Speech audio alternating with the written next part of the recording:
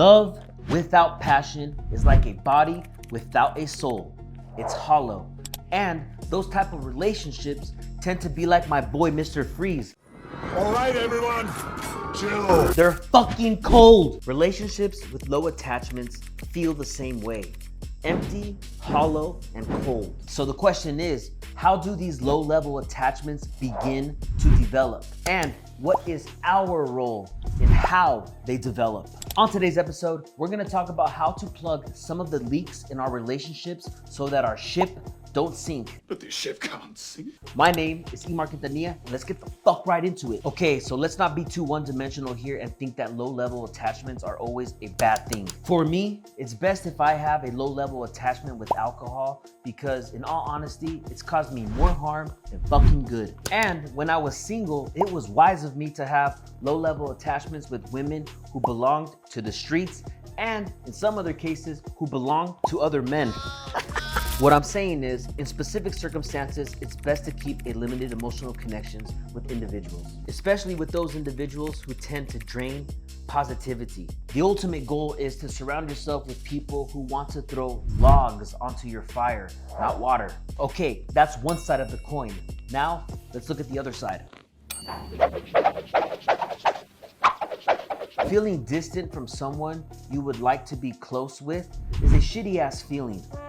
When the connections we hope to establish with others aren't strong, it can negatively impact the experiences people have with us. You guys must understand that our actions play a huge ass role in how we connect with other people. Look, straight up, relationships with low-level attachments lack emotional depth.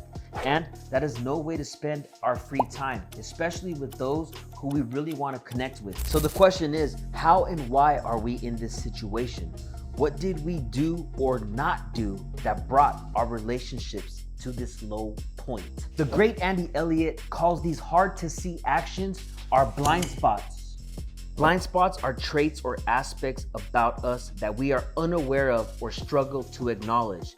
They are those hindering characteristics that can potentially bury our relationships 6 feet under. Here's the truth.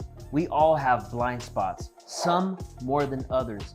And when we acknowledge them, they will help to improve our relationships guaranteed. Andy Elliott states, relationships are currency. They can get you into so many rooms. All you must do is know how to form them. What you guys need to know about blind spots is that they affect the way that we form our relationships. And if we fail to form fucking relationships, we ain't got shit. Bottom line, if we don't identify and fix our blind spots, we might miss out on important opportunities that could positively impact our careers and our personal lives. Some examples of blind spots can be a lack of vision, impatience, stubbornness, not knowing how to actively listen, indecisiveness. So I'll tell you guys one of my blind spots, and it's interrupting people as they're speaking. What an idiot! And I do this because sometimes I just get too excited about the conversation and I want to chime in, or something came into my head and I want to add to it. And what ends up happening is people get annoyed with me and I'm like, fuck, you know what? This isn't a good look. Yeah, and another one of my blind spots is sometimes I get blinded by that pussy. You know what I mean? You get yourself involved in the wrong chick and it's just like, damn. Why they gotta be so good? Why they gotta be so good? But you crazy. In all seriousness, if you guys want to become a little bit more aware of discovering your blind spots, you guys can always ask someone who you respect and admire on what they believe you ought to improve on. Give them permission to speak freely and do not take shit personally. If you start to get a little riled up based off of their fucking answer, they're fucking onto something. If you find yourself getting defensive, it means there's something worth exploring. Instead of getting defensive, take action to address those blind spots. Another way you can discover some of your blind spots is to do a little bit more of self-reflection. And it's only gonna work if you put your pride away and your ego away. So be like Kendrick Lamar and be humble. As you self-reflect, ask yourself these questions. Why don't I have stable relationships with the people I wanna have stable relationships with? And why did this relationship fall apart? And what was my role in it?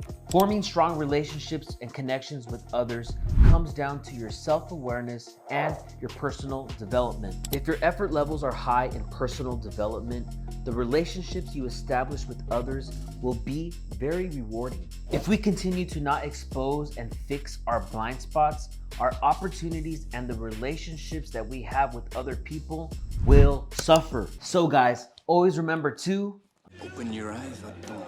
That's a mindful approach. Comment down below. I want to hear what some of your guys' blind spots are. I genuinely want to help out. That's it for me today. Go get after it. Stop fucking being a pussy. Become a little bit more self-aware, all right? I'll see you guys next time. Thank you.